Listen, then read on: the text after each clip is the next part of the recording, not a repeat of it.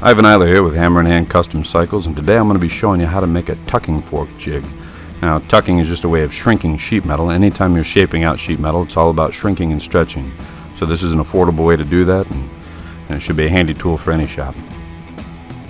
So we're going to start out today by using a piece of 3/4 inch hot rolled strip. Now we're going to use this to make our anvil. This is what we're going to be hitting against.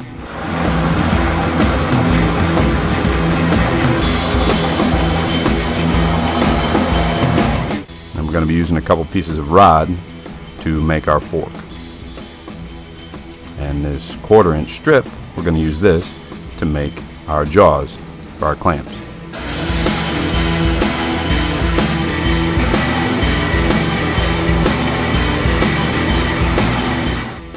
Now for our hold downs, we're going to be using vice grips. This is just an easy, affordable way to do this. So I'm going to trace out where we need to cut our triangles on our jaws to get them to fit on top of our clamps.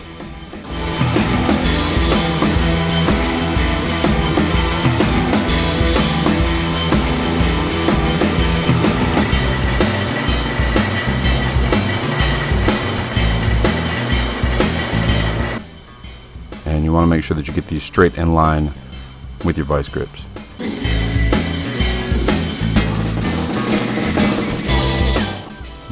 I've got an old Harley peg here, a foot peg, and we're going to use this for our tucking fork because we can easily flip it out of the way. It's got a stop on it, and it's good and sturdy. So this will make a good mount for our fork.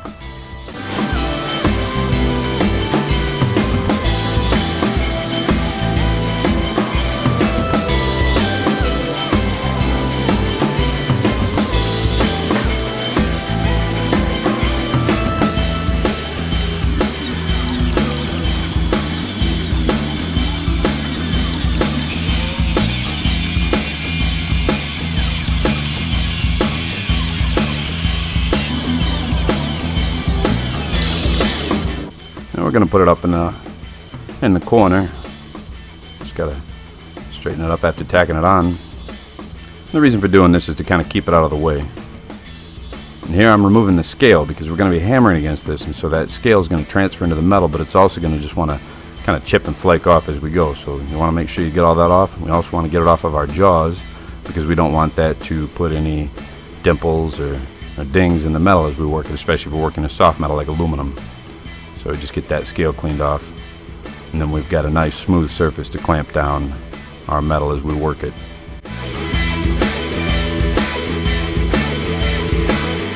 And so here what we're doing is I'm taking and I'm shimming these out. The reason for doing this is so that we have a nice flat, even clamp when we clamp down, so that we're not pinching at the back or pinching at the front.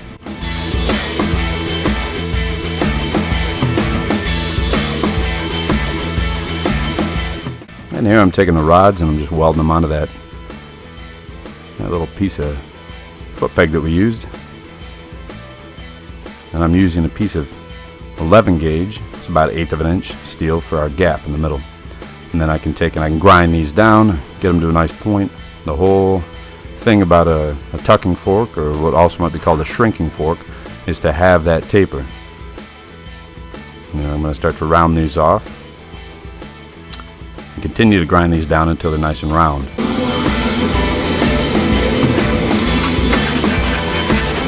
I'm going to file them off to smooth them out a little bit, and I'll come back in later with some emery cloth and I'll finish smoothing them out. And so next I'm going to be taking a piece of angle iron and we're going to weld this onto the base of our anvil so that we can clamp it into our leg vise to make it user friendly.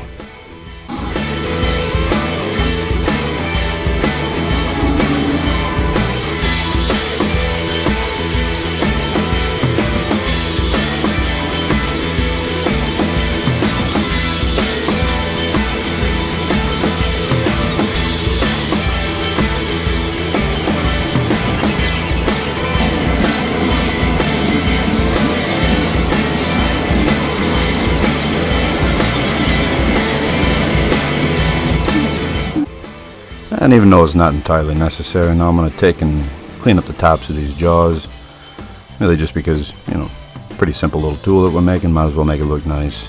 Anything worth doing is worth doing right.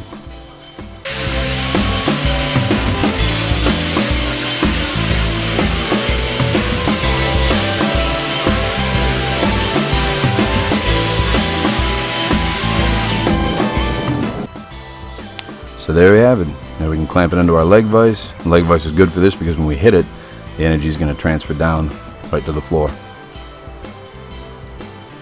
So now that we got this mounted, it'll make it a little easier for me to clean this up, so I can take my emery cloth, finish smoothing this out.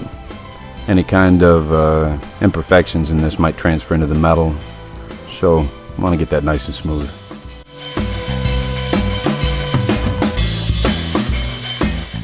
And so here's how you use a tucking fork. We got this piece of 16 gauge aluminum, and the idea is we want to put ourselves a pocket into this. So we flip up our fork and we're bending this over, and when we do that we get this little notch, and what we want to do is get that a little bit tighter, and then we want to close this. So by doing that, we're closing in that shrink, we're locking it in, and then we can hammer the rest down. Then we move over a little bit and we put in another one.